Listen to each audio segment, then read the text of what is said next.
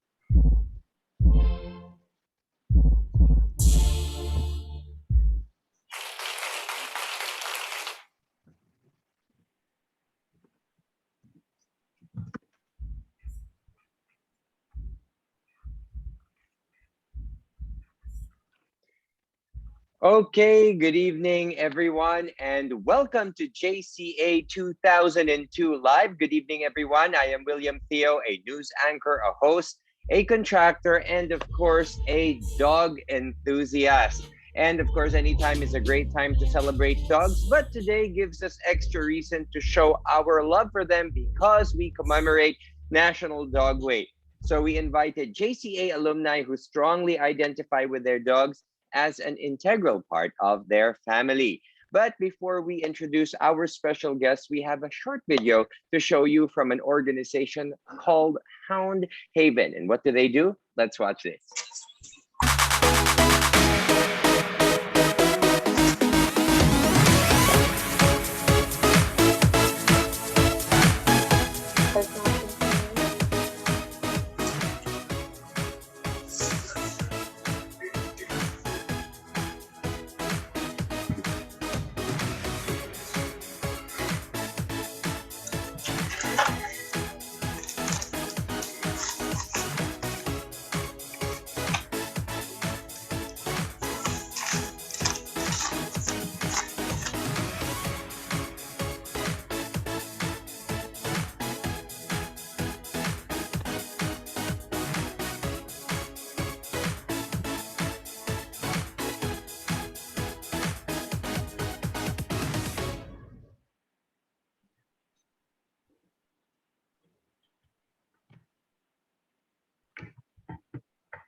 So there you have it, guys. Hound Haven is an organization that helps retired military service dogs find homes. And of course, if you're looking to adopt a dog or wanting a dog, there's really a great thing about having one of these retired heroes in your home.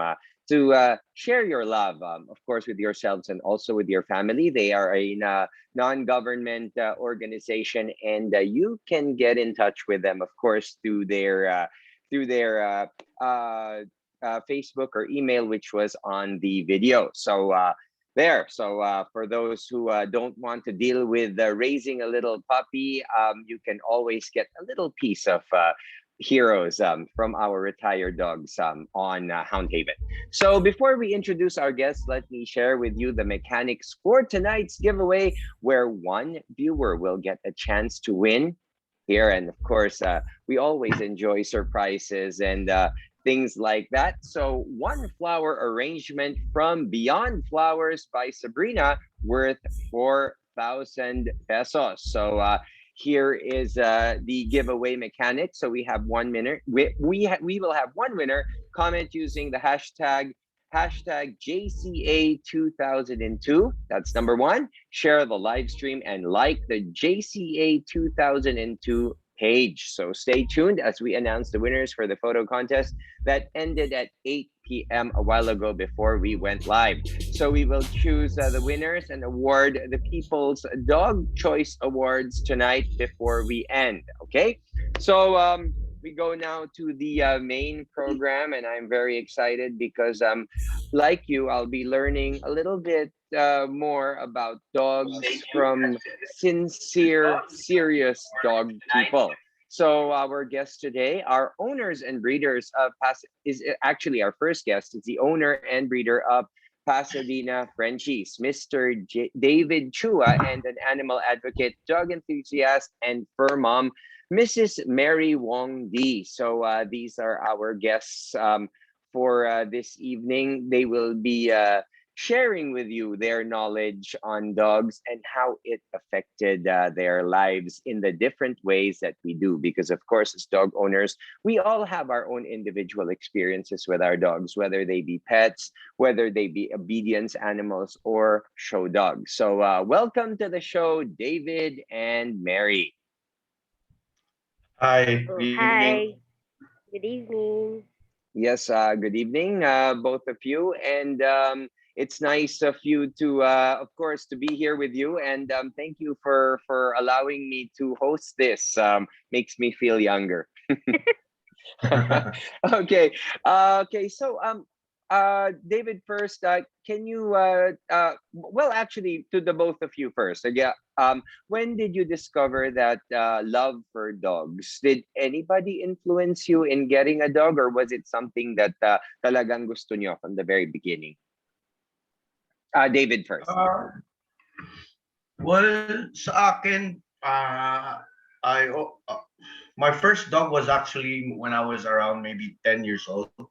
So that time, I wasn't sure kung talagang meron pa akong love sa dogs, but I always had a dog around. Only until recently na ano ko siya na, like I mean, since I got involved with the dog shows and all that, that would be yun yung doon ko masasabi na doon na ako nagkaroon ng talagang healing for dogs. But prior to that, I was still too young. Yeah. So you've been showing for a little while now, no? But sige, we will get back to that mamaya, yung mga details of showing at saka bakit yung breed mo in particular. For Mary, what is your answer? Sa amin, since I was a child, we have dogs around, pero outside the house. So we grew up with dogs. So they're always been very familiar. Yung para bang your whole family growing up, may aso talaga. Yes. So ang nagbago lang is ngayon nasa bahay na sila. Yeah, inside the house na ngayon. Inside the house, dati outside the house. Okay, sige. Okay, so thank you, Mary and David, and let's go back. David, for you muna. Can you tell us something about your kennel, when you started, and what made you start with dog shows? At saka ito, bakit French Bulldogs? I know they're very popular now. They've been popular for a long time. Pero para bang there was a time na nga halos 40, 50 entries in the breed, di ba, sa dog shows? Umabot I think prior to COVID, umabot sa ganun. Medyo talagang nag-spike talaga yung NPs niya. But reason why, kung bakit ko siya nahiligan was, I think around maybe, I was actually in Australia back then. So during the time na nagsumikat yung Instagram, I think maybe around early 2010 or 11, medyo dun sila ata nag-gain ng traction eh. So at the same time, toy dog din siya and bulldog. It just so happened that it was also a bulldog. So tuwan-tuwa ako sa kanya. Then afterwards, around about 2016, because I started off doing fish shows. So at that time na-appoint na ako as judge. I wasn't able to compete with my fishes anymore, so I shifted to the dogs. That was how it started, really. And masasabi mo ba na naging seryoso ka? Because syempre you started breeding na rin eh. So when you start to breed, I think that's the that's sort of like the signal na magtutuloy-tuloy ka eh. Kasi maraming mga tao, they start showing and after showing they stop. Hindi talaga nagtatagal. But when you start to breed, develop your line, that's when it gets serious. Yes. Also because kasi yung babalikan ko yun sa isda ko na first experience ko. Before kasi pag magko-compete ako sa isda, you don't necessarily have to breed a fish for you to be able to compete. But there is this thing with sa dog shows which I'm pretty sure you're familiar with, diba, na if you showcase your own breeding, there is a little bit more pride involved. Like, yes, definitely. Because yung so para that bang was the andun reason yun. why. Okay, so you wanted to develop your own line using a bloodline that you wanted and a bloodline that you felt yung para bang that would represent you in its best way. Parang ganon. Kasi ang pagkakaintindi ko is pagka nag-breed ka ng sarili mo and it just so happened that they get some sort of accomplishments, parang mas iba yung dating. Okay.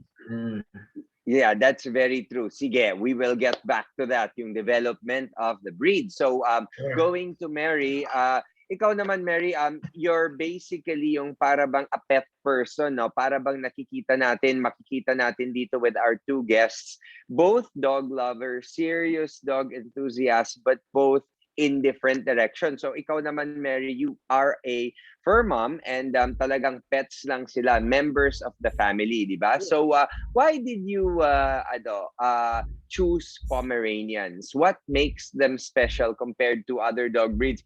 That breed is very close to home kasi breed ko rin yan eh. Yes. Okay. For us, actually our first choice was Alaskan Klikay. It's a smaller version of Husky. But back then, it's not available here in the Philippines. And if meron man, it would be, I'm not so sure kung considered siya as pure breed or kung mura siya. Or parang, kaya ba namin? Kung affordable siya. Okay. Affordable yes. siya. So Pomeranian is almost as close as Husky. And when we were kids, we had Japanese Spitz. So, medyo close silang gano'n. Yes, totoo. They're actually all in the same family. When you're showing dogs, they all belong to group 5, which is the Spitz and primitive types. Pomeranian being the smallest of the Spitz dog. So that's basically why, familiarity. So para bang syempre dahil maliit ang pom, pwede mong madadala, pwede mong di ba, parang they become very portable kasi ang Siberian Husky, kailangan mo malaking crate, malaking kotse, di ba? Yes. Saka mahirap silang bitbitin. Totoo. Unlike Pomeranians, they're small, they're fluffy, and they're easy to take care of, and they're cute. And then they're cute. Okay. Ayan, Mary has shown one of her poms. Anong pangalan ng pom mo, Mary? This one is Mocha. The other one is hiding for whatever reason. Okay. Yeah. And how many dogs do you own? 2. Two dogs. Pomeranian. Okay. And enjoy ka naman sa pag-aalaga ng pom. Yes, they're like part of the family. Talaga members Okay. of the family. Ito, last question on this particular, in this phase, no? Mary, kung bibigyan ka, kasi sinabi mo hindi naman first choice mo ang pom, no? It was Yeah. para bang, ano na lang siya, yung para bang incidental. Ngayon naman na nagka-pom ka na, would you still choose another breed? Parang hirap ang tanong na yun. No. No, pom pa rin. Pom pa rin. Pom pa rin. Pom pa rin. Okay. Okay. David, let's get back to you. Oh. Our conversation is starting to get fun. So, what breeds have you shown so far? And again, same question, what is your favorite dog? Para bang kasi alam ko French Bulldogs, lalo na kasi ako, I also have my second breed. Or rather, my favorite breed is a Pekingese. But Pekingese, sobrang gusto ko because it's also snub-nosed. Para bang for me, something with being snub-nosed is something different eh. Yeah, meron something talaga sa snub-nose, no? Like, I mean, you don't get sick of the face, like, I don't know, for some reason. But my favorite would be the Frenchie. Because nung bata ako, ang alaga ko was the Shih Tzu. And I think that was just me not knowing much about the dog itself, and I think that was just pet quality. So right now, masasabi ko Frenchie. If you were to ask me about a second breed, maybe something like I don't know, yung Thai Ridgeback. I'm very interested in that. Like which one, Dave? Which one? You know the Thai Ridgeback. Yes. I had a top winning Thai Ridgeback.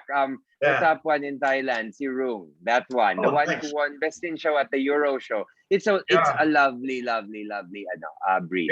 Actually, they're quite interesting. Yes. Okay. And of course, so para bang yun ang second breed mo. So para bang, can you share with us a little bit about your awards? Yung para bang ano ang naging memorable para sa'yo? Oh man, what is memorable with me is siguro not the ribbons itself, but the feeling that you get while you watch and while your dog gets awarded. That would be number one for me. Obviously second na lang siguro yung mga ribbon na i-award sa'yo, but I think it's yung adrenaline rush siguro para sa akin. And basically yun nga, yung spirit of competition. Yun. Kasi for the longest time, I've always liked, alam mo yun, competing. And with the fishes, I was competing for maybe about 6 years, I would say. Wow, matagal din matagal din. Matagal din. Okay, so basically that. So would you say na tatagal ka dito sa sport na itong showing dogs? Hopefully. Okay. It's been very interesting so far, and I think like I still have yet to learn a lot of things. So I think maybe tatagal. I still have a few years. Okay, ito naman for people who are wanting, yung mga nanonood sa atin who want to get a French Bulldog. Ano ang masasabi mo ang the best quality nila, and also para bang hindi naman yung the worst, but I know that it's a breed not for everybody, di ba? So para bang kailangan mong to be on the lookout for that. Yun. So pros and cons, tig-isa. I think yung pro nila is because the Frenchie was bred just to become a pet. They were not bred to do anything else but just to be a pet. Yan would be one of the pros. Cons would be, I think if you were to take care of one, maybe you would need to have them in somewhere na medyo controlled yung temperature mo, na hindi masyadong pumapalo yung init, or that would be the only con. Obviously because they're bracky or snub nose, diba? So yes. Okay. Thanks, David. And before we continue, we already have viewers. So I want to greet our viewers. Thank you for joining us. So hi to Pom Goles, Cedric Bensurado, Michelle Ching, Rain Lutan, Rachel Ang, Charlene Ong, Chrislyn Lauhu, Joyce Elaine Lauhu, James Choi, John Boside, and Ray Anton Lu, Stephanie Ann, and Ili Gramata. So thank you for watching. Sana dumami-dami tayo at saka marami kayong matutunan. Ikaw naman, moving on, Mary, what what would you say would be the best aspects about your breed, and what was memorable for you? Kasi si David nag-show eh. So ikaw naman as a pet person, ano yung masasabi mong memorable moment with your dog? Memorable moment. Siguro yung they somewhat feel what you feel. So Yes. if you're stressed, as in stressed out, as in they would like come to you and yung pa-cute, Yes. magpapakut sa'yo, magpapabuhat. Yung they will lighten up the mood, the environment. Na they they'll show you that even though they do not understand what you really feel, pero they they're love there. you. They're Mararamdaman mo there. yung love. Yung pagmamahal nila. Yan ang actually hinihintay ko kanina, yung para bang yung they are stress relievers, lalong-lalo na in this time of pandemic, 'di ba, na tayo ay nasa bahay most of the time. Para bang syempre this is also more quality time to spend with our pets, whether they are show dogs or whether they were just born to be loved. Tama? Yes, true. Okay, sige. So, we still have a lot in store for you. Marami pa tayong pag-uusapan. Meron pa tayong ilan mga special guests. So, we have to take a quick break and check out our generous sponsors. And without them, our show would not have been possible. So, keep your questions and comments coming. We will choose winners at the end of tonight's live event. So, we'll be right back.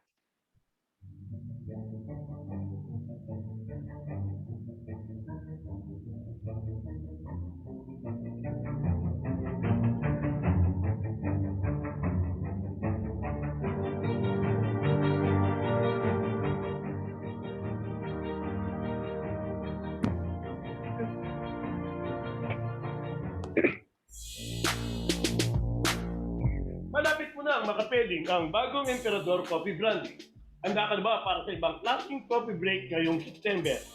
Hashtag Emperador Coffee Brandy and hashtag sarap makapil good.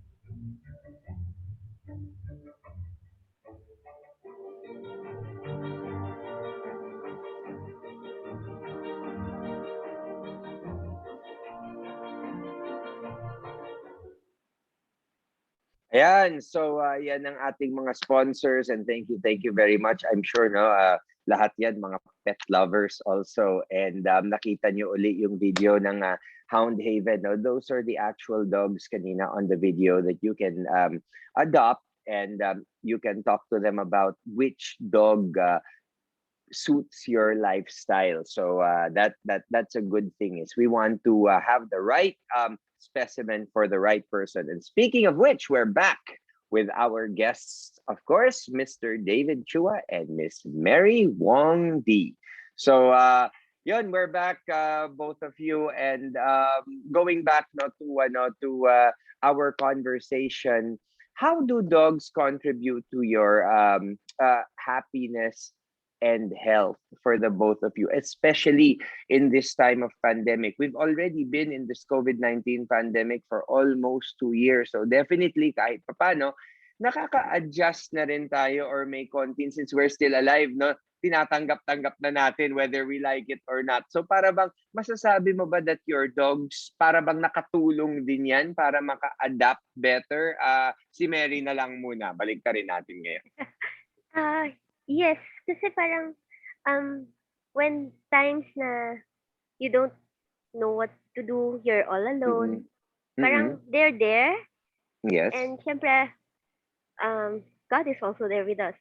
So that's siguro one of the most comforting thing. Yes. And Oo.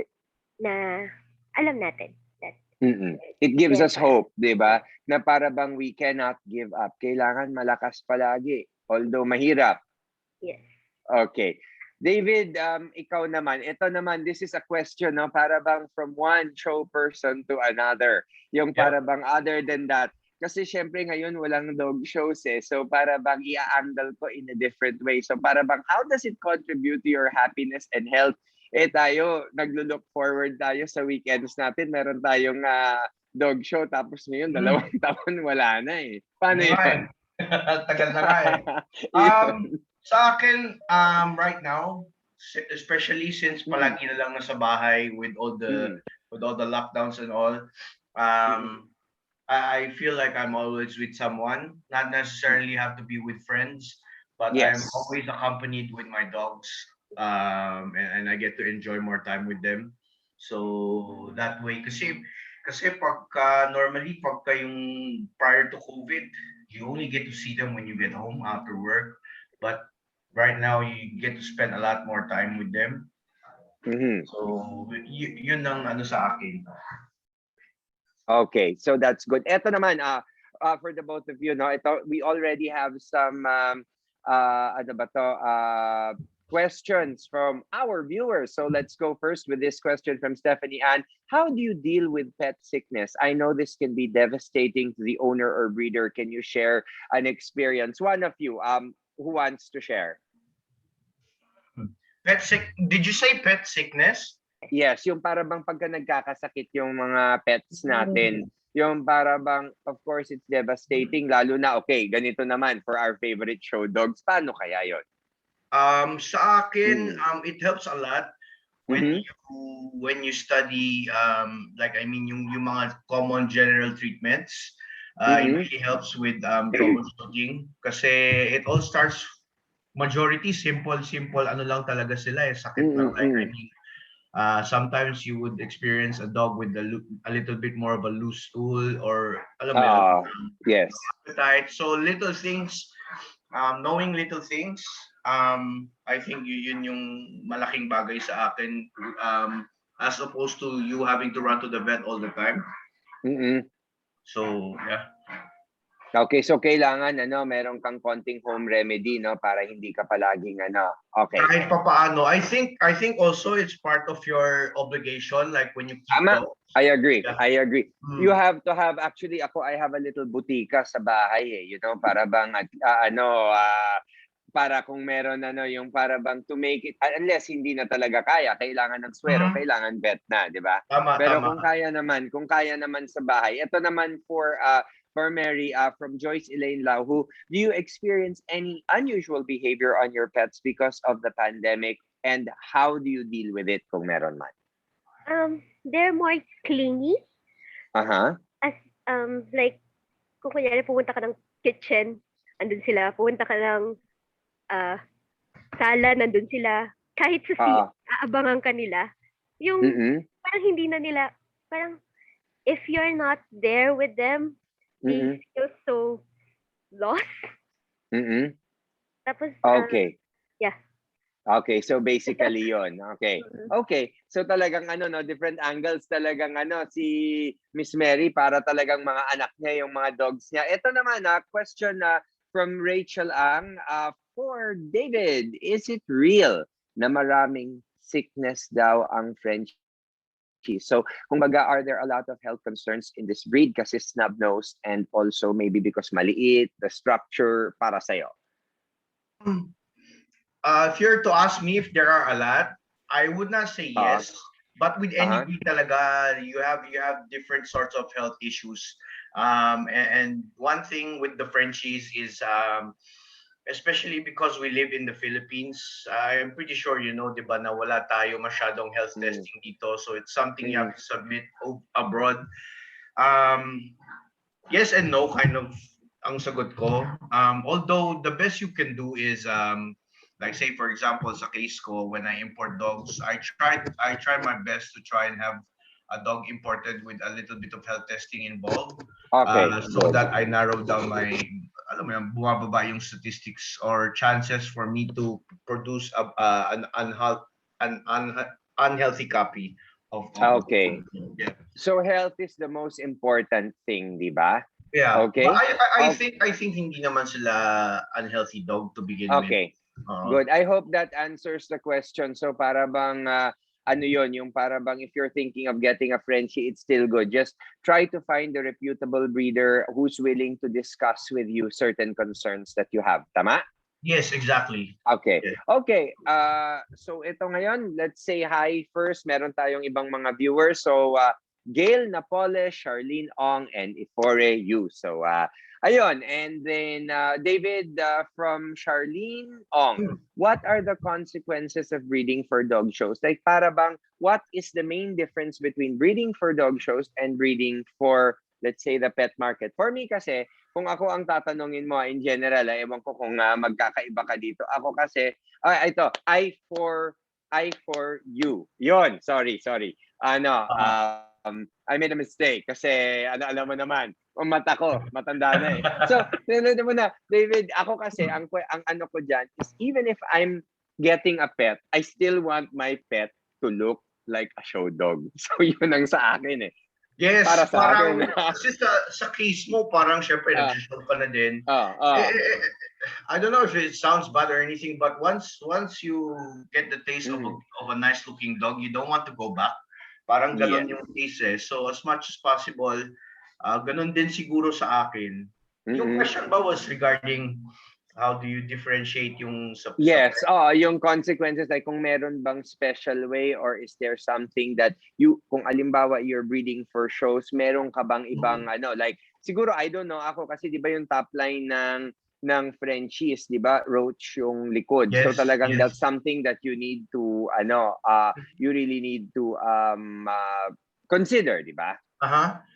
Right now, sa akin na, when it comes to my breeding, I try and breed my dogs or I try and produce a litter only because either I want to have another dog that I can potentially show. With regards to yung sa mga ganyan, ang pinaka-challenge sa akin is mag-rehome talaga.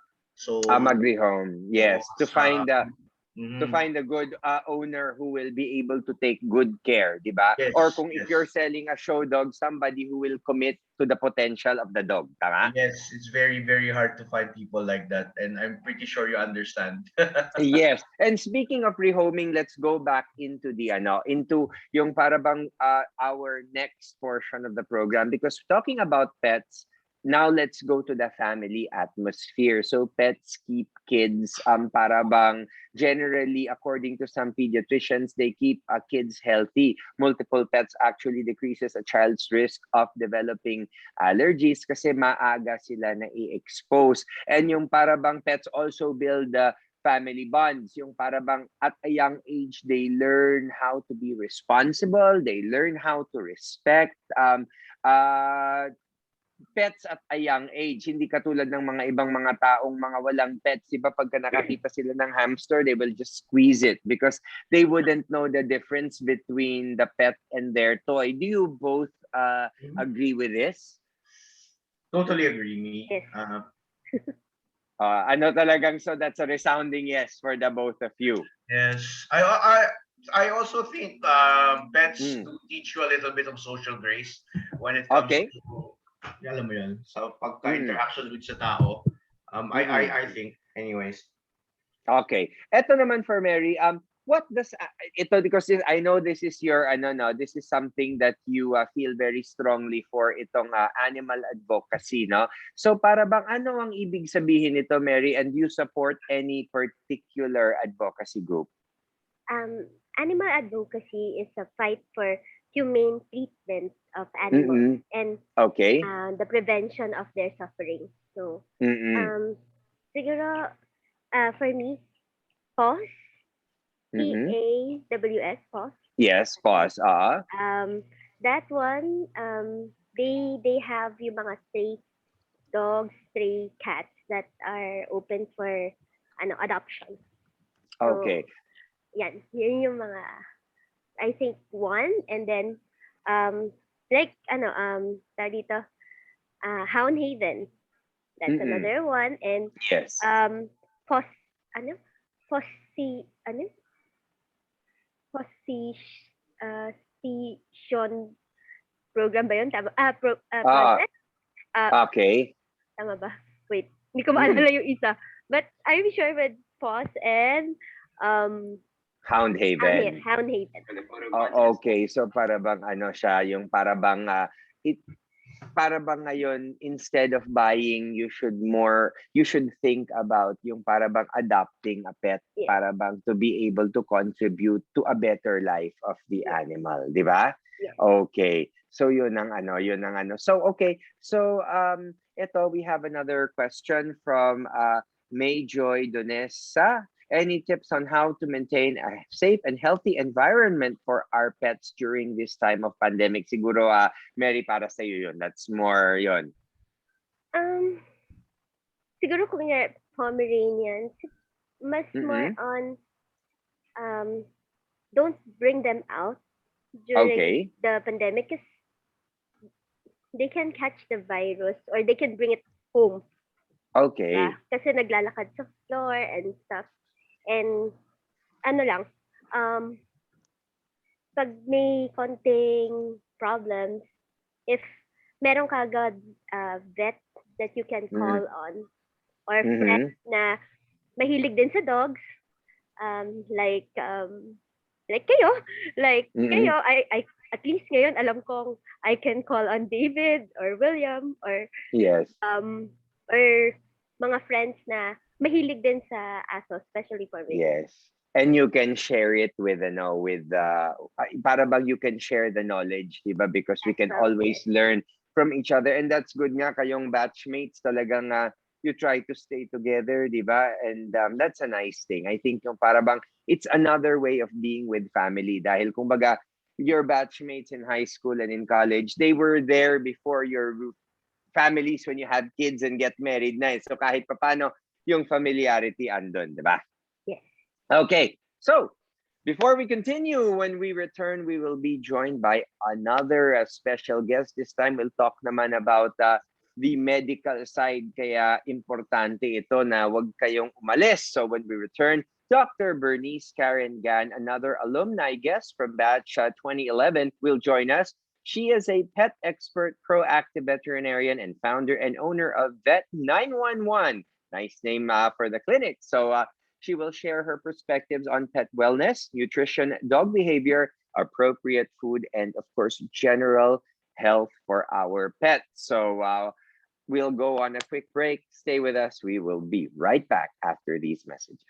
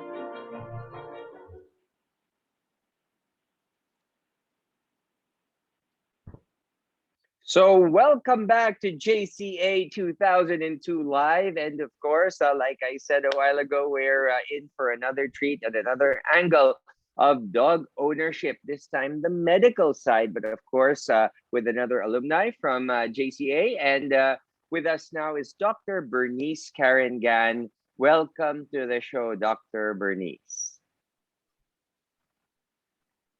Hi, Doc.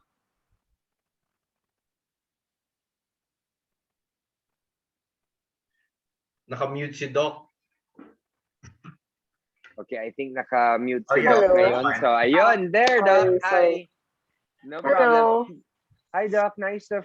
Thank you for being with us tonight. We have many questions already regarding health. Pero thank you for joining us. And can I ask for everybody, yung para bang, how did you start being involved with dogs and pets? As a child, we've been taking care of dogs ever since. Plus, we've been breeding as a hobby. So, like, my uncle also shows dogs. So, Oh, okay. yun. So, And para then, bang all angles, ha? Galing. yeah. Nag-start lang siya with actually, nung high school tayo, we were actually looking for a course going sa college, no? Tapos, sakto nung time na yun, nanganak yung dog ko. Tapos sabi ko, yun, this is it. This is for me. Sakto yung timing. Wow, Yun, so this just started inspired with you. that. This inspired you basically para bang to go on the direction of your adult life. Okay, see, that's nice. So, ito, Doc, just for our viewers, can you tell us a little bit about pet wellness? One of the good things ngayon, no, in this time, maybe over the past decade or so, people are more concerned about the health of their pets, and they've discovered more yung para bang how to take better care of their pets to live a happy, healthy, quality, and long life. So can you tell us what is pet wellness? Generally, no, if we will be looking into the definition of the word, wellness is actually like attaining the whole well-being considering the preventives. So, doon tayo pumapasok like going into the regular vaccination, yung mga preventable diseases. Okay, I see. So, para bang, Doc, when you say pet wellness, it is like what doctors advocate. Prevention is better than cure. So, if we have a good pet wellness program, we may not even need to cure those other diseases that would be life-threatening, tama? In a sense, yes, because there are some diseases which are preventable, and some diseases, however, are causes of wear and tear. Like once the dog ages, some diseases come out. Those things we actually do check. For example, like the chemistry panels or CDC panels na kahit wala namang something wrong with your pet, you just have it done annually or semi-annually. Actually, it depends on the age, and it depends on, actually, to be honest with you, with the owners, on how they see the importance of those things, no? Hindi yung nagkakagulatan na lang na, ay, shocks, nag-kidney failure na pala yung dog and just found out just today. Parang yung mga ganon na cases. Which is sad because the pets can't really choose their owners, but owners can choose their pets. Tama? Exactly. Oo, minsan malas lang sila. So ito, pag-usapan naman, that is in line with proactive pet care, di ba? Kasi pagka sinasabi natin proactive pet care, it really has to come from the owner. Kailangan alam nila talaga kung ano yung dapat nilang gawin, di ba? Yes. Okay. Yes, definitely. Okay. And Doc, let's talk about pet insurance and wellness plans. May mga ganun na daw ngayon. Alam mo, in my time, walang ganun eh. Pero ngayon, they have these things that you can actually insure your pet's welfare kasi medyo para bang ano na siya eh, nagiging more family-oriented or part of the family na yung mga fur kids natin. So can you tell us a little bit about that, the plans that are available? Ako kasi I also don't know much about that. Okay. Just to explain, no, we're not sponsored or anything. Yes. But right now kasi there are mga companies, to name a few, no? Si Malayan, si Standard, those are famous insurance companies who also insure mga properties, no? these companies now have made pet insurance possible for the Philippines. So right now, what they try to do is they have this reimbursement method. So kung kunwaring insured yung pet mo on the certain amount, for example, for 50K. Okay. So I'm more familiar actually with Standard kasi we are actually accredited with them, no? Okay. So they gave us this parang explanation wherein you have to pay like this certain amount per year. So that's your premium. And then you can like, for example, it's 50K ata yung pagkaka-explain nila sa akin eh. It's 50K, included for that would be, for example, your dog gets sick, an accident or whatever. You can actually reimburse the costs provided that it's covered within the insurable diseases. Ibig sabihin, may mga certain situations sila based from their explanation is yung mga preventable diseases like sila parvo, distemper, and so on, na included actually sa wellness natin, di ba? Those are not, correct me if I'm wrong, they're not included dun sa reimbursable na 50K. Yun yung pagkaka-explain sa amin. So, things like breeding, dahil nag-breed ka, nagkaroon ng sakit yung pet mo, pagkakaalam ko, it's not included. Yung mga, may mga ganun silang in-explain sa'yo kung anong included sa policy nila. And that's what's happening within that insurance. And just so you know po, William, it's the pet insurance actually, meron na yan years past. Oh, okay. It's just that hindi siya pumatok. Okay. Hindi siya naging saleable, so nag-close down din tong mga insurance na to. Ngayon, these named companies now, sikat niyan mga yan, they're trying to make a name, I mean, of course, in the pet industry, na sinasabi nila is, since sikat sila, they're parang, ina-explain nila kung anong klaseng insurance company sila, na hindi sila basta-bastang magko-close down. Okay, yes. So para bang meron din peace of mind ang mga fur parents, ganon? Yes, most likely. And so basically, generally, it's like also yung para bang, ayun, yung preventable, yung mga owner's responsibility kasi tayo naman, if we vaccinate properly, if we follow yung mga 6-in-1, 5-in-1, hindi naman talaga tayo dapat magkaroon ng parvo or distemper. So para bang it's more for these diseases like let's say nagkaroon ng cancer, gano'n na hindi talaga natin na ano, di ba? Yun ang kayang i-cover ng mga ganyan. Yeah. And yung mga accidents, Okay. Which is of course also at the end, if you sum it up like tayo, when we take care of our pets because they live naman ample lives, kung titingnan mo, malaki din ang binabayad natin. So actually, insurance might be a wise thing to do. Okay, what about how do pet parents on a veterinarian standpoint, no? How do pet parents handle behavior problems like bad habits, bad temperament? Kasi di ba, Doc, minsan ang nagiging problema sa mga ibang fur parents, they buy pets for Christmas because cute yung puppy, ganon. Tapos pagka lumalaki, parang they didn't realize na para bang, wow, it's a big responsibility pala. So again, yung mga sinasabi natin, mga bad habits, hindi naman yan kasalanan ng aso. It's also goes back to the owner, di ba? So, para bang, how can we best address this? Because para bang it seems like it's a problem that's gone from generation to generation din eh. Usually, there are those expectations what we have, with such breeds. For example, very sikat si Chow Chow with a very feisty temperament. Ngayon, prior to acquisition, we actually educate the clients wherein before you get a new dog, is you have to research kung ano i-expect mo. Like, how are you going to treat the pet and so on. So, very famous yan si Chow Chow wherein nagulat nga ako with the practice when we were doing our internship. We had this call na sinabi na they want to put the chow chow down. Oh.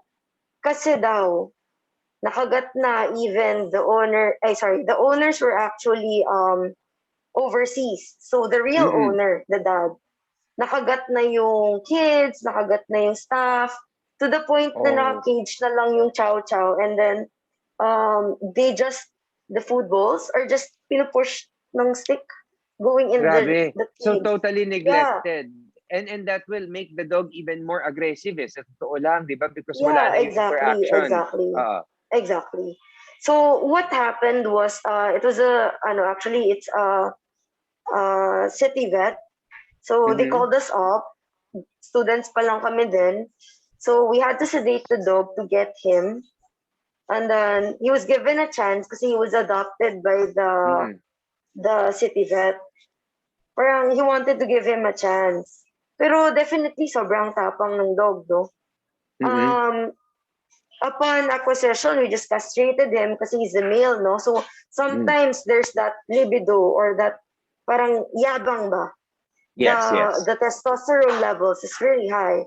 So sometimes castration prior to educating or bago sila i-turn over sa mga behaviorists. Usually, yan yung mga ginagawa just to tone down, no, the testosterone level. And then, we konti-konti ni-rehabilitate yung pet. But marami na tayong cases na ganyan. Yung mga nakukuha na we put the dog to sleep and such. So, yun nga, in the end of the day, we always reiterate is the owners yung kailangan ma-train, and then the dog just follows through. Yes, okay. Wali yan mga na-encounter natin. So basically, the rule of thumb is if before you get a pet, make sure yung para bang you know what you're getting into, because it is a commitment, diba? Okay. Lifelong. Yeah.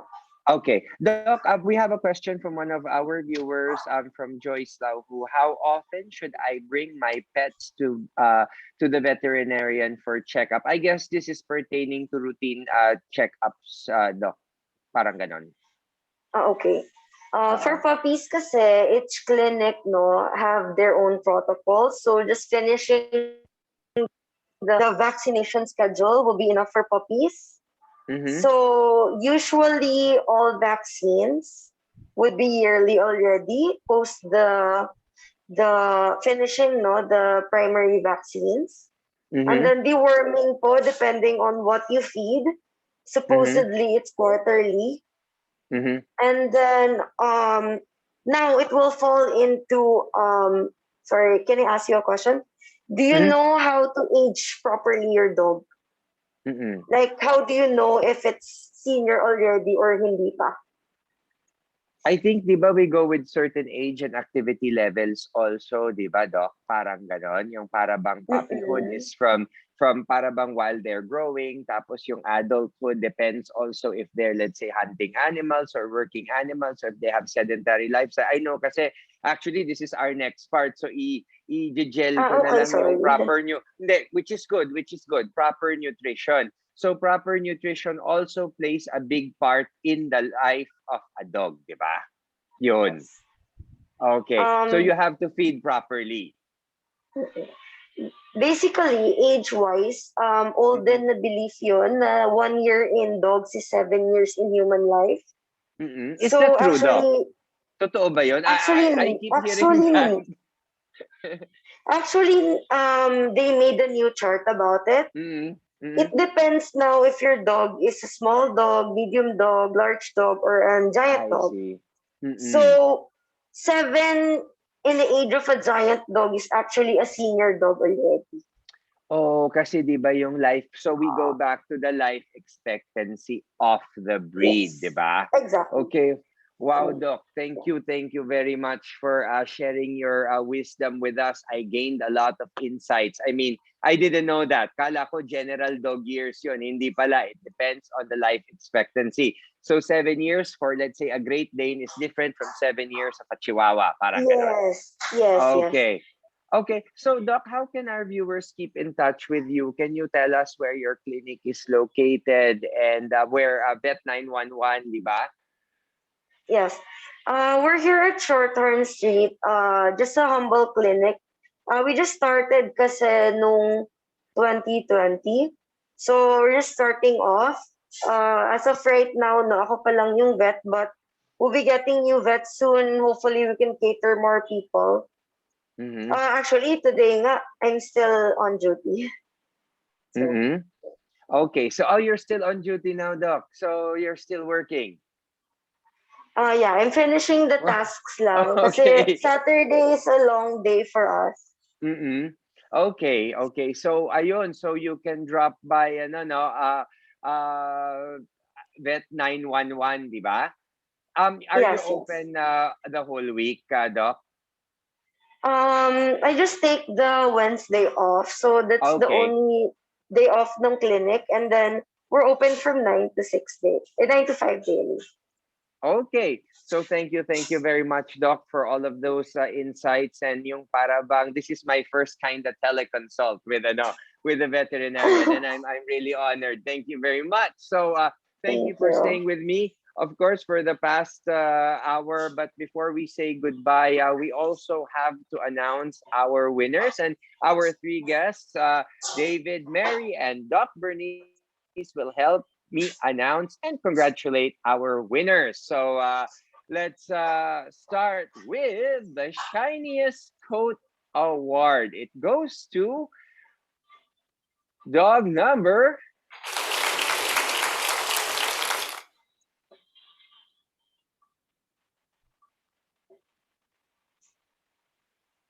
ayun, sino ang win ng Shiniest Coat Award? Who owns Amanda? Amanda. Okay, so Amanda wins? Yeah. Tama? Okay, so congratulations, Amanda. Congratulations. Okay, so now this one naman for let's go in sequence. For Mary naman, for Doc Bernice, the fluffiest dog is Oh, cute. Si Momo. How cute.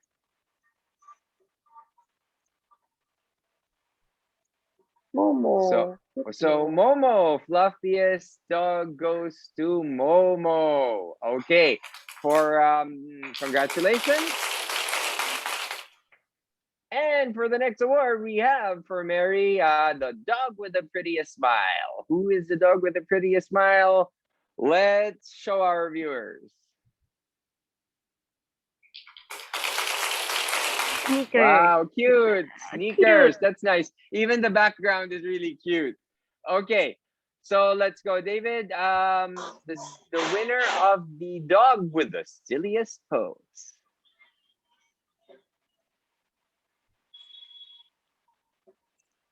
Oh, the silliest pose goes to Steven. Wow, that's cute. That's a golden What's the retriever dog's with name? a stuffed dog. Yeah, I thought it was a poodle.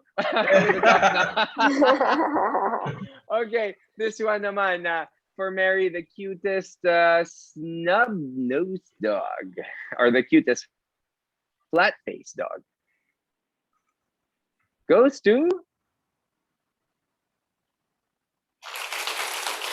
For David. Frenchie. Yeah. Nice. Dapat yung Frenchie. actual, David. Ha? Dapat yung actual. Dito siya ngayon nakatutulog na eh. Saan? Hindi. Mamaya bago tayo mag-goodbye, mga dogs natin kasama natin ha. Okay, so here we go. David, to announce the best dressed dog. Who is the best dressed dog?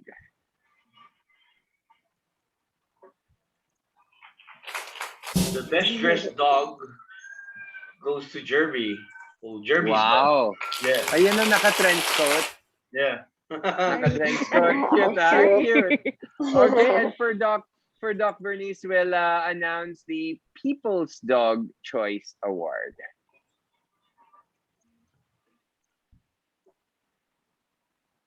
Golden. Oh, that's so cute. Ang cute niya. Yes, yes. Another Congratulations. snub-nosed dog. Okay, so basically, we have one more question before we go with the last. I have one more. So, any tips on how to maintain a safe and healthy environment? Again, oh no, sorry. May Joy Donessa is the 1 minute. 1 minute. Let me go back to that. So I'm going to go here. Here we go. Itong mahirap sa pagiging live yung para bang there's a lot of surprises. So here we go. We have a 4,000 peso worth of flower arrangements from Beyond Flowers by Sabrina. Ayun. So I was about to announce the winners before I announced what they would win. So the winner of the flower arrangement, actually we have one winner lang pala. One winner is Miss May Joy Donessa. So congratulations, May Joy, for winning that beautiful flower arrangement. I got to see some of these Beyond Flower arrangements by Sabrina, and I must say that they are really, really very, very beautiful. So congratulations to our winners on that. So as we go along, so any congratulations to all our winners, so it is easier for us to send out your prizes. Please send us a private message on Facebook with, of course, these information, screenshot of liked FB page. These are important, guys. These are very, very, very important aspects, so you can claim your prizes. So screenshot of like FB page and subscription to our YouTube channel, and the winning photo and the contact details. So before we close, I'm going to ask a couple of words from each of you. So David first, let's go with David. Share some important notes on aspiring breeders and exhibitors out there, David, so that yung para bang hindi na sila magmamatrikula, kumbaga, because ako, I had a long time before I got it right. And I mean, since we're here now to educate people, let's let them have a shortcut. It saves time, money, and the lives of our dogs. So for me personally, just to cut down on the tuition fee, yung sinasabi mong matrikula, I think you need to find a breeder that is also willing to mentor you, in a sense na pagbili mo ng aso, whether or not you want to go to the pet, yung pag-aalaga lang, that path, or whether you want to go to the show path, that they will be able to guide you all the way. I think that's a very, very big factor in terms of your development and the development of the breed that you're handling.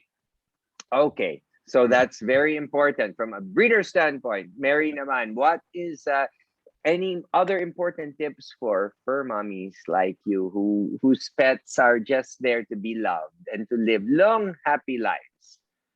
Enjoy them and take care of them as if they were your own children. Okay. Okay, and for Doc Bernice, what are the best basic health tips that you can provide for us during this time of pandemic? Getting a trusted vet together working with you is actually the best way, yung with the proper communication. Para magkaroon tayo ng, is actually the improved no health, no? It can prevent everything. And also make sure that you know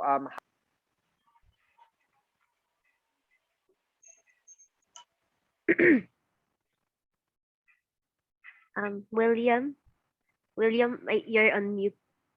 Okay, sorry. Okay, so, and also know your dog's yung para bang basic attitude, 'di ba? Para you'll know kung may sakit sila, 'di ba, if they don't behave the way they normally do. Okay? So any final messages before we say goodbye? For me, I've learned a lot, and thank you very much from each of you. I learned yung para bang from a medical standpoint, and of course from a fur parent, and of course a fellow breeder and dog exhibitor. So thank you very much. And I had fun. I hope you guys did too, and I hope our viewers learned as much as I did. So join me again here on JCA 2002 live on October 30. That's next month as we talk about wellness in this time of pandemic. Same time, 8 p.m. This has been your host, William Theo, and I am incredibly honored to do this and looking forward to doing it again. So goodbye for now and enjoy the rest of the weekend. Thank you. Thank you, William. Thank you. Thank you for hosting. Thank you. Bye. Thank you. Did I do okay? I don't know. Hindi ko alam eh. Yeah, of course you did well. Okay, thank you for the for making me feel comfortable also. Actually, first time ko lang magpa-interview ng ganito. Ay, hindi, magaling ka naman eh.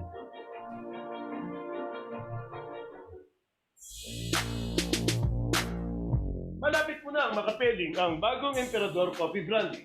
Handa ka na ba para sa ibang klaseng coffee break ngayong September?